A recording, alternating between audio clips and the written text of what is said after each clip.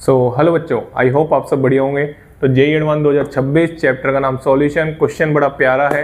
जैसे JEE advance का जो एक स्टैंडर्ड टाइप ऑफ जो क्वेश्चन होता है, क्वेश्चन स्टीम में वो पूछते हैं, 2 क्वेश्चन वो पूछते हैं और 2-2 नंबर के क्वेश्चन होते हैं वो, उसमें कोई नेगेटिव मार्किंग नहीं होती। तो वो भी ये क्वेश्चन भी वैसा ही टाइप का क्वेश्चन है।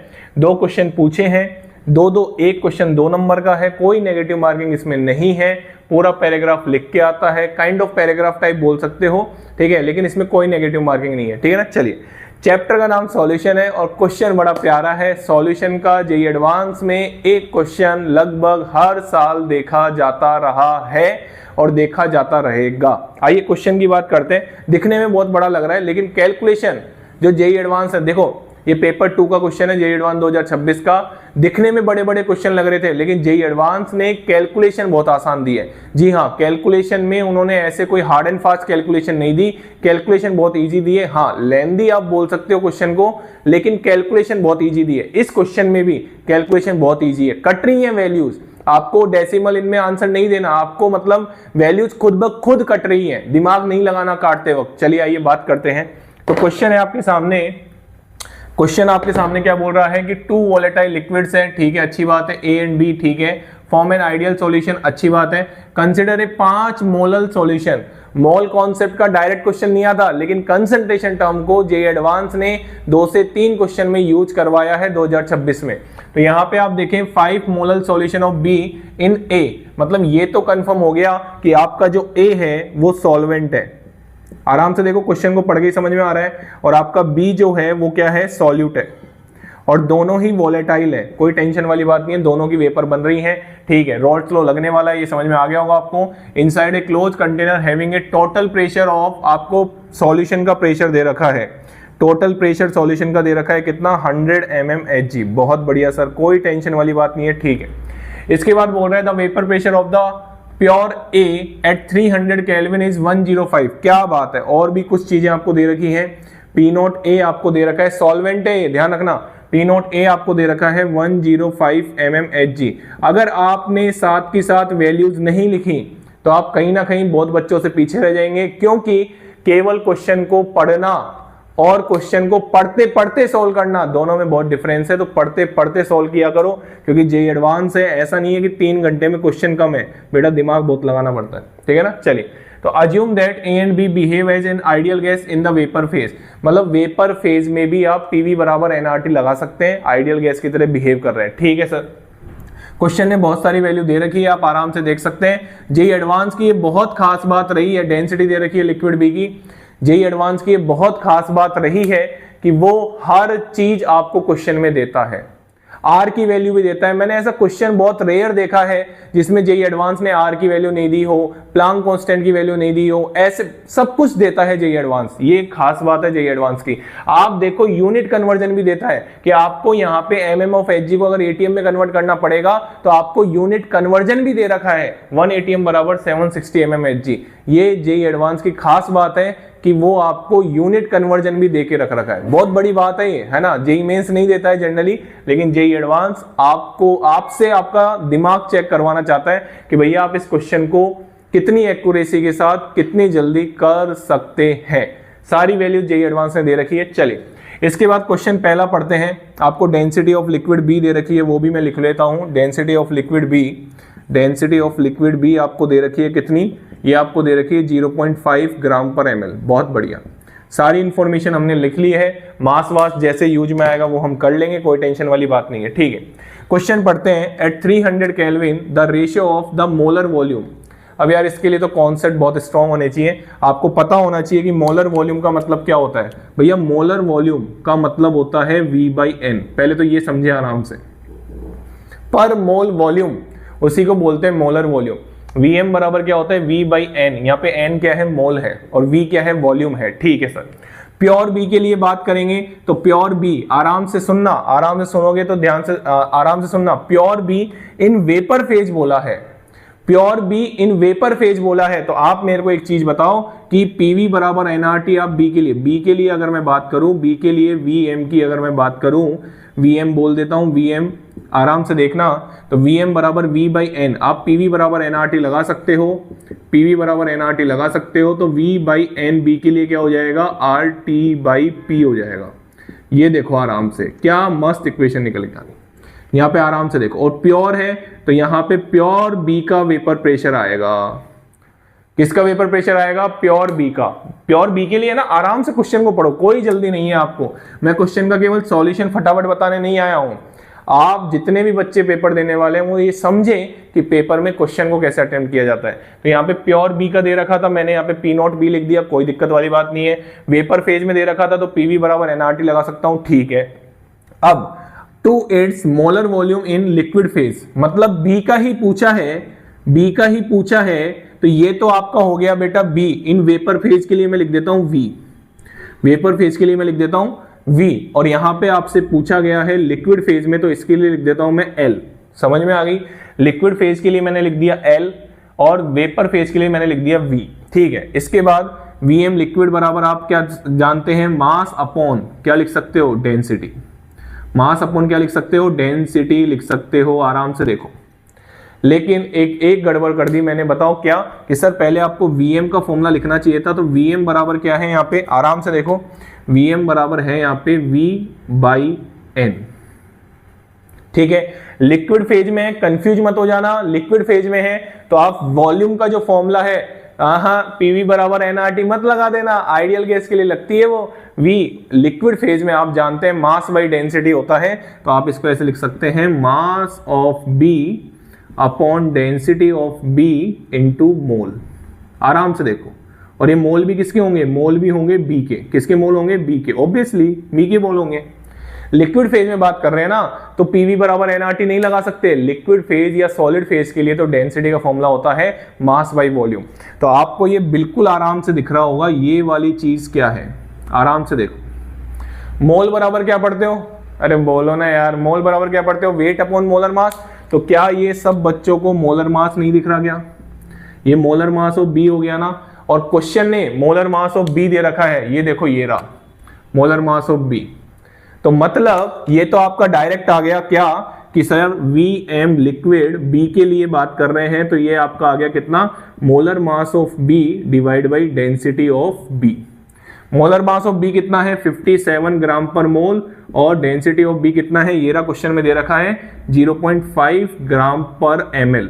ग्राम पर ml है, ध्यान रखना ml में है, आराम से देखना, हो सकता है चेंज करना पड़ जाए। समझ में आ गई यहां तक बात, ठीक है।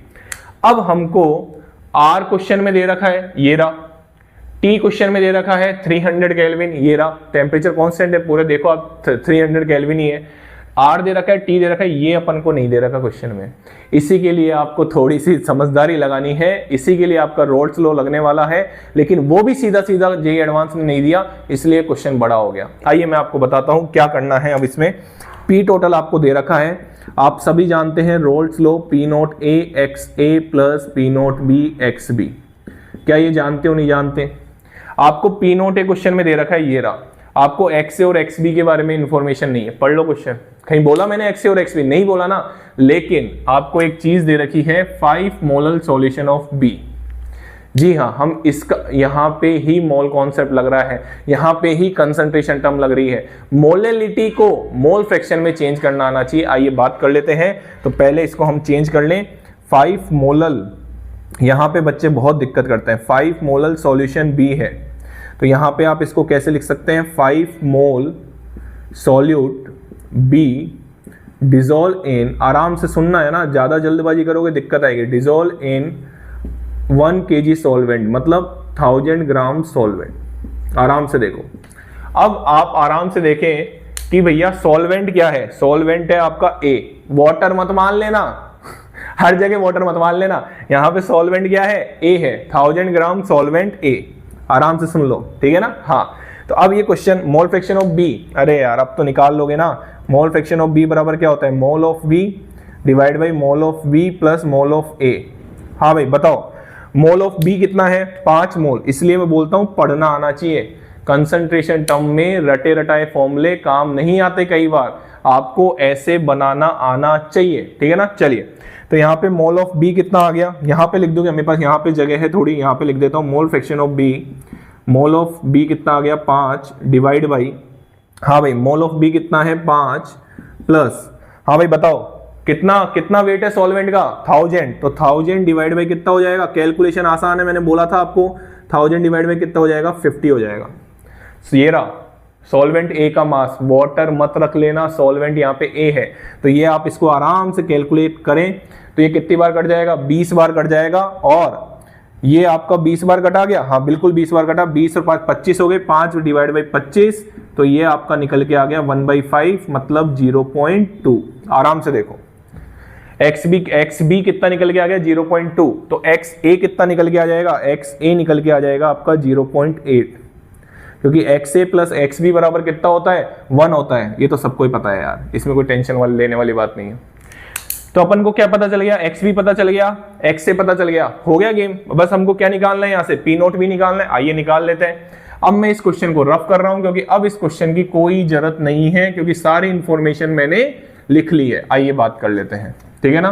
क्या इसकी भी जरूरत है, डेंसिटी मैंने लिख ली है, सब मैंने लिख लिया है, ठीक है, मास ऑफ ए मैंने लिख लिया, मास ऑफ बी मैंने लिख लिया, ठीक है। आइए तो अब इसको मैंने आराम से, आपके पास जगह हो गई, तो मैं यहाँ पे पी नोट आराम से देखें, पी नोट पी बराबर पी नोट ए कितना है 105, एक्स ए कितना निकला 0.8, पी नोट भी आपको निकालना है, एक्स भी कितना निकला 0.2, आप इसको मल्टीप्लाई करेंगे तो ये आपका आ जाएगा 8 × 40 4 884, कितना आ जाएगा 84 आ जाएगा, और ये पी नोट बी इंटू 0.2, इसको थोड़ा इधर ले जाएं, 16 divide by 0.2 P note B, तो पी नोट बी आपका आ रहा है मेरे हिसाब से 80, पी नोट बी कितना आ रहा है आपका 8, अरे आराम से सोल्व करो ना, क्या दिक्कत है। तो यहां से आपका पी नोट बी निकल के आ गया कितना 80,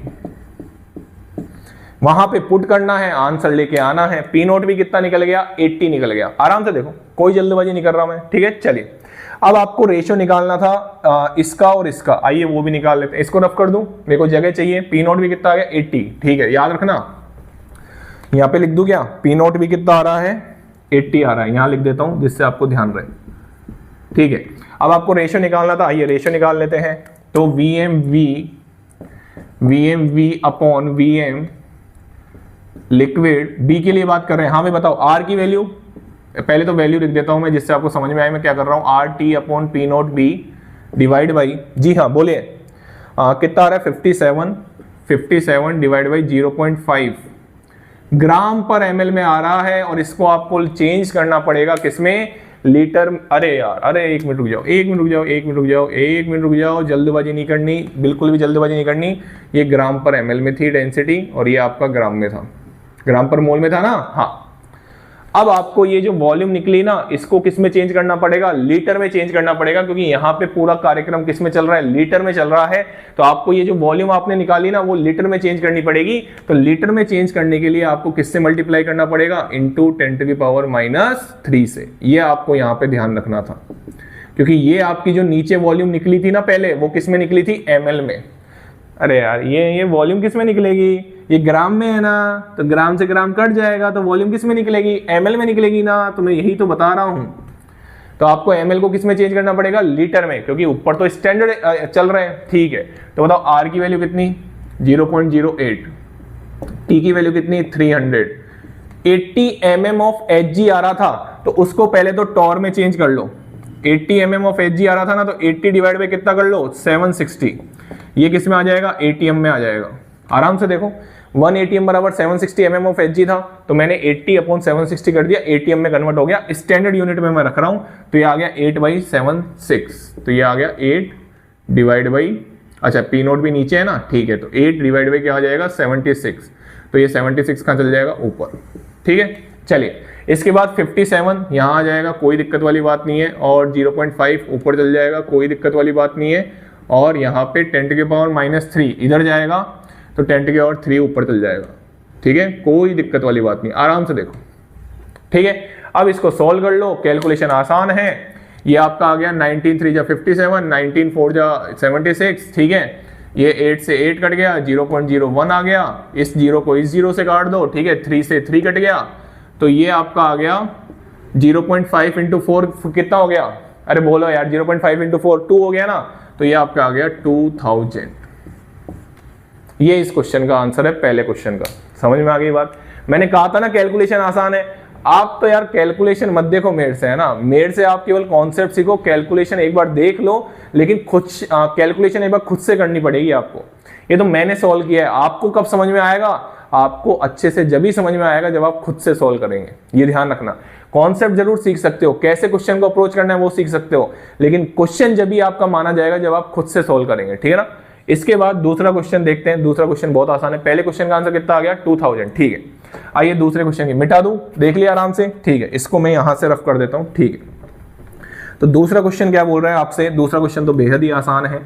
दूसरा क्वेश्चन बोल रहा है आपसे the mole fraction of B in vapour phase which is in equilibrium with this solution. मतलब आपसे mole fraction in vapour phase पूछा है, मतलब वाई बी पूछा है, और वाई बी का फॉर्मूला सब जानते हैं, क्या होगा, P naught B X B divide by total pressure, सब जानते हैं ना। डाल्टन को रोल्ट से बराबर कर देते हैं, ये सबको आना भी चाहिए वैसे। वेपर फेज में मोल फ्रैक्शन बराबर P naught B X B divide by P T, ठीक है ना, total pressure of solution. P naught भी बताओ कितना है, 80 mm ऑफ एच जी। अब आप mm ऑफ एच जी में रख सकते हैं क्योंकि नीचे भी किसमें है, mm ऑफ एच जी में ही है, तो 80 डिवाइड बाई 100, और एक्स बी कितना आया था, एक्स बी मैंने निकाला था 0.2, तो आप आराम से देख सकते हैं इसका आंसर आ जाएगा, ये आप आराम से देखें, 1 0 से 1 0 कट गई, ये आ गया 1.6, तो आपका इस क्वेश्चन का आंसर आ जाएगा 0.16। दूसरा वाला क्वेश्चन में तो कुछ नहीं करना था, सारा जो करना था वो पहले वाले क्वेश्चन में करना था। 4 नंबर क्वेश्चन लेंदी, आपको ऐसा लग सकता है कि वीडियो में भी कितने मिनट की बन गई हो, लेकिन मैंने ये आपको सॉल्व करके बताया है। जब आप खुद सॉल्व करने बैठेंगे ना तो आप इतना टाइम थोड़ी लेंगे। ऑब्वियसली कैलकुलेशन बहुत ईजी थी इस क्वेश्चन में, लेंदी थोड़ा सा बोल सकते हो आप इस क्वेश्चन को, डायरेक्ट आपको चीजें नहीं दे रखी थी। तो ये था जेईई एडवांस 2026 चैप्टर का नाम solution. Thank you so much. Channel को लाइक करें, शेयर करें और सब्सक्राइब करें।